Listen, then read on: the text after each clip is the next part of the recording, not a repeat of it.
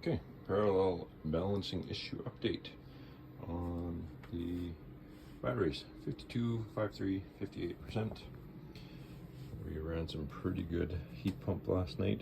We were all filthy from the wind and the sand of our pipeline, so everybody had a shower and it was high demand and going hard electric.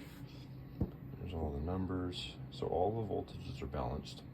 State of charges are not exact, but you know what, right now I don't care at this moment because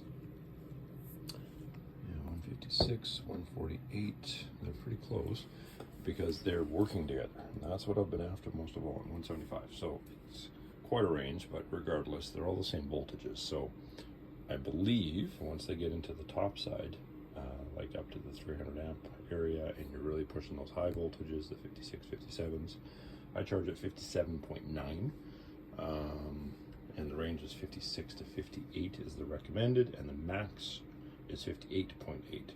So why I chose 57.9 is when it gets to that full charge, there's been this like little peak, like a boog, and it steps up a little bit more when it's about to shut off on its charge. And it was peaking to over 58.8, like 59.2, 59.6, for whatever reason. So now that I'm at 59.7, it peaks up to like 58.72. So I'm staying right at the line of the 58.8 when it spikes up and hits its top. So happy day, man. It's working. I got the voltages very close and kind of just left it alone because I was like, whatever. I had everything capable of syncing if it wanted to sync and parallel up, even though I wasn't at 100%. I was only at 80. I think I actually had them all at 80%, 79, 80%, and the voltages were right beside each other at whatever it was, 53.2 or what, I don't know, I don't remember yesterday's. But yeah, they ended up working happily together, but I was running the system pretty firm. That heat pump was working. And just a quick tidbit on one other video, just to show you guys what I've done. Temporarily just running my heat pump output into that bad boy, and that's feeding the house. It has assisted cooling the house off pretty decent, so some more efficiency usages to help the system be better. And over last night I put it onto heat pump mode only and let it go down to 110, so I didn't draw a ton of power all through last night. So I don't think this thing ran at all last night because my percentages are quite good. So there we go. She wants heat. Now that I have sun coming today, I'm gonna crank it back up because it will take all day to get back to 140 running on the heat pump, which it averages 400 or 500 watts, and I leave it on heat pump mode because I'm not in a rush. I don't need that super hot. So now that I have my solar, this is the plan, is I'm going to use the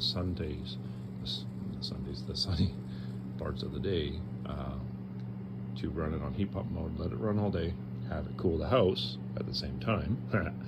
And instead of running electrics, because why pull a lot of power, get it heated right up right away in an hour. Okay, great, now I have hot water all day, what I didn't need. So I must run the system longer all day, and I would use more power.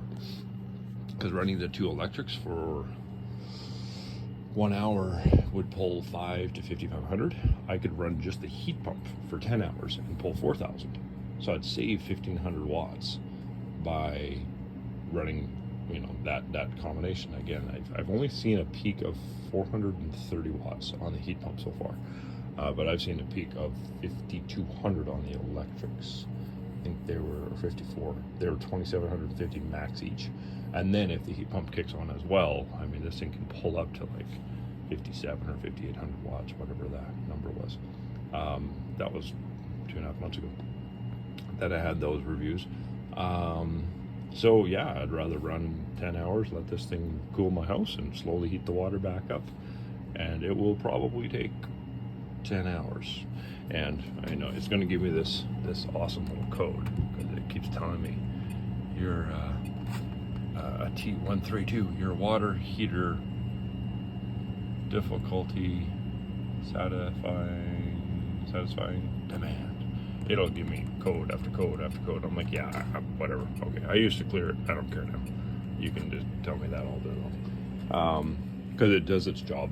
They just want you to crank up the electrics or put it on energy saver, and then even then it tells you it has difficulty supplying demand.